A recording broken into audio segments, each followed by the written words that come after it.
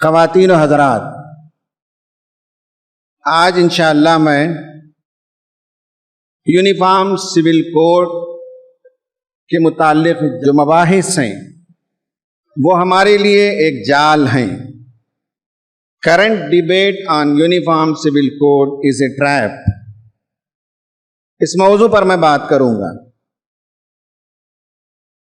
Uniform civil code ایک لق و دق صحرا ہے جس میں نہ راستہ واضح ہے نہ منزل متعین ہے۔ یہ ایک ایسا گھنا جنگل ہے جس کے اندر گھٹا ٹوپ اندھیرا ہے، جو اس کے اندر گیا اس سے باہر نکلنے کا راستہ نہیں پائے گا۔ یہ ایک ایسا اتھاہ سمندر ہے جس کی گہرائیوں میں اندھیرا ہی اندھیرا ہے، جہاں جا کر ٹائٹینک بھی ڈوب کر بیٹھ گیا۔ ہمارے ملک میں یونیفارم سول کوڈ کی جو بحث جاری ہے اس کی بھی یہی حیثیت ہے۔ اس کے پیش کرنے والے اس وقت اندھیرے سے نزدیک اور اجالے سے بہت دور ہیں۔ وہ سماج کے مسائل کی گتھیاں سلجھانا نہیں چاہتے، بلکہ سماج کو ایک غیر ضروری موضوع میں الجھانا چاہتے ہیں اور الجھائے رکھنا چاہتے ہیں۔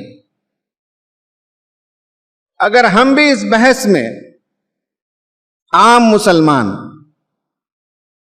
سوشل میڈیا میں اور ادھر اور ادھر حصہ لینے لگتا ہے تو گویا کہ ہم ان کے جال میں پھنس رہے ہیں۔ ایک ٹریپ ہے جو انہوں نے بچھایا ہے اور ہم دیدہ دانستہ اس ٹریپ میں پھنسیں گے۔ 2023 میں بھی کچھ انتخابات باقی ہیں اور 2024 سر پر کھڑا ہے، اور سماج میں بے شمار مسائل ہیں، سنگین مسائل ہیں۔ نابرابری ہر جگہ پائی جاتی ہے، برابری نام کی کوئی چیز نہیں ہے۔ جو اس کے پروموٹرز ہیں ان کے پاس جب سب انسان برابر نہیں ہیں تو آخر ان کی شادی بیاہ ہی کیوں برابر ہو جائے؟ کیوں طلاق خلا کے رسم و رواج ہی برابر ہو جائیں؟ کیوں میراث کی تقسیم ہی برابر ہو جائے؟ انسانوں کو جب اعلیٰ اور ادنا میں لوگوں نے تقسیم کر رکھا ہے، جب برابر کی صف میں بیٹھ کر دو لوگ ایک پلیٹ میں کھا نہیں سکتے تو شادی کے قوانین کیوں برابر کر دیے جائیں یا دیگر رسم و رواج کو کیوں برابر کر دیا جائے؟ یہ دراصل ایک سیاسی چال ہے اور مسلمانوں کو پھانسنے کے لیے ایک جال ہے۔ وہ چاہتے یہ ہیں کہ ڈیبیٹ کا ایجنڈا مسلمان بنے رہیں، مسلمان فوکس میں رہیں اور لوگوں کی نگاہوں سے اصل مسائل اوجھل ہو جائیں۔ جو گریو کنسرنز ہیں، جو سیریس پرابلمز ہیں، ابھی آپ نے نہیں دیکھا 2-4 دن قبل مدھیہ پردیش میں حکمران پارٹی سے تعلق رکھنے والا ایک فرد کس طرح سے ایک آدیواسی پر پیشاب کر رہا ہے؟ یہ گھمنڈ ہے، یہ غرور ہے، یہ اعلیٰ اور ادنا ہونے کا ثبوت ہے، یہ انسانیت سوز مظالم ہیں۔ ان سب پر لیپا پوتی کرنے کے لیے، ان سب کو سرد خانے میں ڈالنے کے لیے کوئی تماشا چاہیے، اور یہ تماشا ان کی ضرورت ہے۔ تو اس سلسلے میں مسلمانوں کو 4 باتیں ذہن میں رکھنی چاہیے۔ نمبر 1 یہ ہے کہ مسلمانوں کو وہ فوکس میں رکھنا چاہتے ہیں، وہ مسلمانوں کے مسائل کے بارے میں دنیا کو بتانا چاہتے ہیں کہ یہ اس ملک سے الگ تھلگ ایک راستہ نکالنا چاہتے ہیں، یہ اس ملک کے عام لوگوں کے ساتھ مل کر چلنا نہیں چاہتے، اور مسلمانوں کا پرسپشن نیگیٹو بنانا چاہتے ہیں۔ ایسے میں مسلمانوں کو چاہیے کہ سڑکوں پر نہ آئیں، جذباتی نہ بنے, اس موضوع کو اپنے ہاتھ میں نہ لیں, یہ ہمارے علماء پر چھوڑیں, اہل علم اور دانشوروں پر چھوڑیں. اور اللہ کا احسان ہے کہ مسلمانوں کے لیے ایک متحدہ پلیٹ فارم اویلیبل ہے, آل انڈیا مسلم پرسنل لا بورڈ کے نام سے. کوئی بھی آپ میں سے کچھ بھی کرنا چاہیں, کنٹریبیوٹ کرنا چاہیں, تو ایک پلیٹ فارم کے ذریعے سے آپ کنٹریبیوشن دیں. آپ بہت اچھا سا ڈرافٹ کر سکتے ہو کوئی بات, کوئی مضمون, کوئی لیٹر. آپ انفلوئنسر سے ملاقات کرا سکتے ہو, آپ اچھے سے یوٹیوب کے ویڈیوز بنا سکتے ہو, تو آپ ضرور کیجئے. اور وہ تھرو کامن جو باڈیز ہیں ان کے تھرو سے کرنا چاہیے اور پازیٹیو اپروچ کے ساتھ کرنا چاہیے. نمبر ایک یہ ہے کہ عوام کو جذباتی نہیں ہونا, اس مسئلے کو سڑکوں پر نہیں لانا چاہیے. مجھے کئی لوگوں نے, اور کوئی عام آدمی نہیں, اچھے خاصے پڑھے لکھے لوگوں نے بھی کہا کہ جماعت کو اس پر ایک بڑی مہم چلانی چاہیے, ایک زوردار کیمپین شروع کر دینا چاہیے. نہیں, یہ سڑکوں کا مسئلہ نہیں ہے, یہ کیمپین کا مسئلہ نہیں ہے, یہ ہوش مندی سے لڑی جانے والی ایک لڑائی ہے, علمی سطح پر لڑی جانے والی ایک لڑائی ہے. انٹلیکچوئلز کا کام ہے, مسلمانوں میں سے جو انٹلیکچوئلز ہیں, جو مسلم پرسنل لا بورڈ ہے, ان کا کام ہے کہ اسے ڈیل کریں. دوسری بات ہمیں جو یاد رکھنے کی ہے وہ یہ کہ بہت سے لوگ لنکس فارورڈ کر رہے ہیں اور کہہ رہے ہیں کہ اس لنک کو کلک کرو, اس میں 2 آپشن آئیں گے, دوسرے آپشن پر کلک کرو اور یہ بتاؤ کہ ہم یونیفارم سول کوڈ کی نفی کرتے ہیں اور پرزور احتجاج کرتے ہیں. بھائی صاحب, یہ ریفرینڈم نہیں ہے. کون ریفرینڈم لے رہا ہے؟ آپ ریفرینڈم کیوں کرا رہے ہیں؟ آپ 1 لاکھ کلک کروائیں گے, اور میں جانتا ہوں بہت سے لوگوں کو جو خود ہمارے کلاس میٹس میں سے رہے ہیں, وہ تو 10 لاکھ سے زیادہ کلک کروا رہے ہیں. تو یہ ریفرینڈم نہ بنائیے, اس کو, اسے جذباتی نہ بنائیے. مسلمانوں کے جو ادارے ہیں, مسلمانوں کی جو تنظیمیں ہیں, وہ اپنے طور سے مضمون لکھیں, لا کمیشن کو کاپی پیسٹ نہ کریں, اپنی بات لکھیں, اپنا موقف ظاہر کریں. یہ دوسری بات ہے جو ہمیں یاد رکھنے کی ہے, بہت اچھی طرح سے ہمیں یاد رکھنی چاہیے. اس معاملے میں ہمیں کوتاہی نہیں کرنی چاہیے. جو تیسری بات ہے جو اس وقت ہمارے ذہنوں میں ہونا چاہیے وہ یہ ہے کہ 2021 میں لا کمیشن نے خود کہا تھا کہ ملک کو یونیفارم سول کوڈ کی اب ضرورت نہیں ہے, یہ وقت نہیں ہے. لیکن 2 سال کے بعد اگر لا کمیشن نے عوام سے, علماء سے, آرگنائز گروپ سے رائے طلب کی ہے, تو یہ سمجھ لیجئے کہ وہ طوطا ہے جو اسے پڑھایا گیا وہ بول رہا ہے. یونیفارم سول کوڈ بنانا کوئی آسان کام نہیں ہے. اسے آپ مسلم ورسس نان مسلم نہ سمجھیں, یہ اسے بنانا چاہتے ہیں. یہ مسئلہ مسلمانوں اور غیر مسلموں کے درمیان کا نہیں ہے. اس ملک میں 10 مذاہب پائے جاتے ہیں, اس ملک میں سینکڑوں ٹرائبز پائے جاتے ہیں, آدیواسی پائے جاتے ہیں. ان سب کا یہ ایشو ہے, شادی کیسے کریں یا جدائی کیسے ہو, بچے کو کیسے گود لیا جاتا ہے, میراث کی تقسیم کیسے ہوتی ہے. ان کے ہاں اپنے اون رسم و رواج موجود ہیں, یہی ان کا قانون ہے. کوئی اپنے رسم و رواج سے آسانی سے دستبردار نہیں ہو جائے گا. ہمارے ہاں جو رسم و رواج ہے اس کا بڑا حصہ شریعت ہے, وہ اللہ تعالیٰ کا قانون ہے. ہاں, ہمارے ہاں بعض غلط رسم و رواج بھی اس میں داخل ہو گئے ہیں. ہمیں جلد از جلد ان کی اصلاح کرنے کی ضرورت ہے. یہ ہمارے لیے وقت کی ضرورت ہے کہ ہم اصلاح کریں. لیکن یہ ہے کہ یہ جو یونیفارم سول کوڈ ہے یہ صرف مسلمانوں کا ایشو نہیں ہے, یہ صرف مسلمان اس کے وکٹم نہیں ہیں. اس کا وکٹم تو پورا ساؤتھ انڈیا ہوگا, اس کا وکٹم تو پورا نارتھ ایسٹ انڈیا ہوگا. آپ اس کی گریوٹی کو سمجھے کہ کوئی آسان کام نہیں ہے, اور کسی اسٹیٹ کا بھی کام نہیں ہے کہ وہ سول کوڈ بنا دے. مسلمانوں کو تکلیف دینے کے لیے طرح طرح کے طریقے ضرور ایجاد کرتے ہیں، لیکن یاد رکھیں کہ اللہ تعالیٰ کی اس شریعت کو پھونکوں سے وہ بجھا نہیں سکتے۔ یریدون لیطفئوا نور اللہ بافواہہم واللہ متم نورہ ولو کرہ الکافرون۔ یہ لوگ اپنی پھونکوں سے اللہ تعالیٰ کے نور کو، اس چراغ کو، اس شریعت کو بجھانا چاہتے ہیں، اور اللہ نے ٹھان رکھی ہے، اللہ نے طے کر رکھا ہے، اللہ نے فیصلہ کر رکھا ہے کہ یہ نور تمام ہو کر رہے گا، خواہ کافروں کو کتنا ہی ناگوار کیوں نہ ہو۔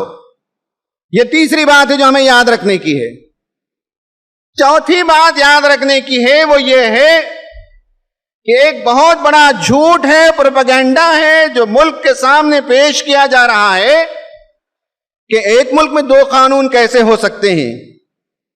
بہت سے لوگ ہیں جو جاہل ہیں، ہو سکتا ہے کہ ان کے پاس ڈگریاں موجود ہوں، لیکن عقل کے لحاظ سے وہ جاہل ہوتے ہیں۔ وہ کہتے ہیں کہ بھائی ایک ملک میں 2 قانون کیسے ہو سکتا ہے۔ مسلم نوجوان بھی پریشان ہو جاتے ہیں جواب دینے کے لیے۔ آپ کو معلوم ہونا چاہیے ہندوستان میں جو لا ہے، جو قانون ہے، اور گزشتہ 75 سال سے جو ایوالو ہوا ہے، جو ڈیولپ ہوا ہے، وہ ہیوج ہے، والیومنس ہے۔ پوری دنیا میں قانون کا اتنا بڑا ذخیرہ موجود نہیں جتنا ہندوستان میں ہے۔ اس پورے قانون کو ایک پہاڑ کے برابر تصور کیجئے۔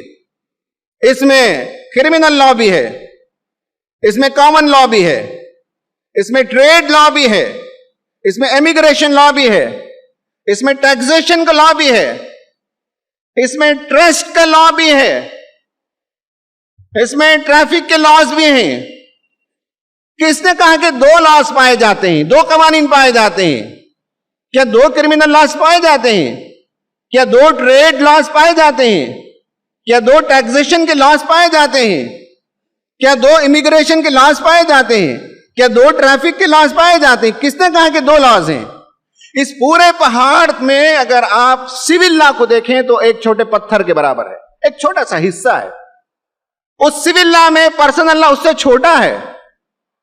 اس پرسنل لا میں مسلم پرسنل لا ایک رائی کے دانے کے برابر ہے، اور ہمارے حکمران چاہتے ہیں کہ اس رائی کے دانے کو پربت بنا دیا جائے، اور ہم اس میں مدد کر دیتے ہیں ہماری غفلت کی وجہ سے، ہماری نادانی کی وجہ سے۔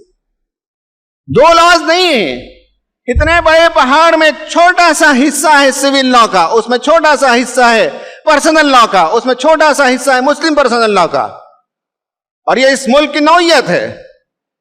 یہاں ہزاروں ذات برادریاں پائی جاتی ہیں، یہاں قبیلے پائے جاتے ہیں، یہاں زندگی کے رسم و رواج مختلف ہیں۔ تو یہ 4 بنیادی باتیں ہمیں یاد رکھنی چاہیے۔ اب میں آپ کے سامنے بس 3 گزارشات رکھوں گا جو ہمیں کرنے کے ہیں۔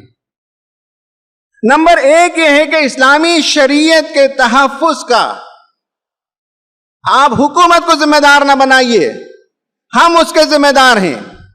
اگر اسلامی شریعت ہمارے گھروں میں رائج ہے، اسلامی قانون کے مطابق ہمارے یہاں شادیاں ہونے لگیں گی، اگر کسی کو طلاق دینے کی نوبت آ جائے تو اسلامی قانون کے مطابق اگر وہ ہونے لگے، کوئی عورت خلا پوچھتی ہے تو شوہر یا اس کے اطراف کے رشتہ دار شریعت کے مطابق خلا دینے لگیں گے، میراث کی تقسیم شریعت کے مطابق اگر کرنے لگیں گے، تو کون ہے جو آپ پر ایکسا سول کوڈ نافذ کر کے آپ کو مجبور کر سکتا ہے؟ قانون تو اپنی جگہ رہے گا، آپ کو کس نے روکا ہے اسلامی شریعت کے مطابق گھروں کو استوار کرنے کے لیے؟ نارتھ انڈیا کے بہت سے علاقوں میں مجھے جانے کا موقع ہوا، عام مسلمان نہیں، پڑھے لکھے مسلمان اور دیندار مسلمانوں کے گھرانوں سے بھی یہ شکایت آئی۔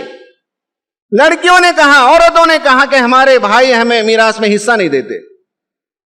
کس نے روکا ہے شریعت پر عمل کرنے سے؟ جب ایک ایشو آتا ہے تو ہم خواہ پیپر میں، سوشل میڈیا میں جذباتی ہوتے ہیں، لیکن عمل کے میدان میں بہت پیچھے ہوتے ہیں۔ میں نے اپنی زندگی میں اپنے ایک دوست کو دیکھا، جن کی شادی کو ہوئے 20-22 سال گزرے، 21 سال 20 سال کا بیٹا اور بیٹی بھی موجود ہیں، طلاق کی نوبت آئی، بہت سمجھایا لیکن اس کے باوجود وہ مان نہیں رہی تھی، تو ایک ہوٹل لے گئے بچوں کے ساتھ، خوشگوار طریقے سے ڈنر ہوا، اس کے بعد عورت نے جو پیپر پیش کیا بچوں کے سامنے اسے سائن کیا، بچوں سے پوچھا کہ تم کہاں رہنا چاہتے ہو، ان کے 3 بچے ہیں، تینوں نے کہا کہ ہم ابو کے ساتھ رہنا چاہتے ہیں۔ پھر شوہر نے پیپر سائن کرنے کے بعد کہا کہ میری طرف سے گفٹ ہے، چیک بھی سائن کیا، اور پھر کہا کہ یہ میرے پاس 3-4 پراپرٹیز، ایک پراپرٹی لو، یہ بھی میری طرف سے گفٹ ہے۔ پھر اگلے دن ان کے والدین آئے اور لے کر چلے گئے۔ قرآن نے جو بتایا ہے کہ عورت کو اگر رخصت بھی کرنا ہو تو احسن طریقے سے کرو، معروف طریقے سے کرو، دے دلا کر کرو، لیکن میرے پاس 10-20 کیسز ایسے آتے ہیں جن میں معلوم ہوتا ہے کہ تلخیاں اپنی انتہا پر پہنچتی ہیں اور شریعت کے خلاف طلاق بھی ہوتی ہے، خلا بھی واقع ہوتا ہے، مار پیٹ بھی ہوتی ہے، اور کیسی کیسی نوبتیں آتی ہیں۔ پہلا کام یہ کہ اسلامی شریعت پر ہم عمل کریں گے، یہ ہم طے کر کے اٹھیں، اور اگر ہمیں کوئی چیز نہیں معلوم ہے تو پڑھنا سیکھیں، مطالعہ کرنا سیکھیں، قرآن سے معلوم کریں۔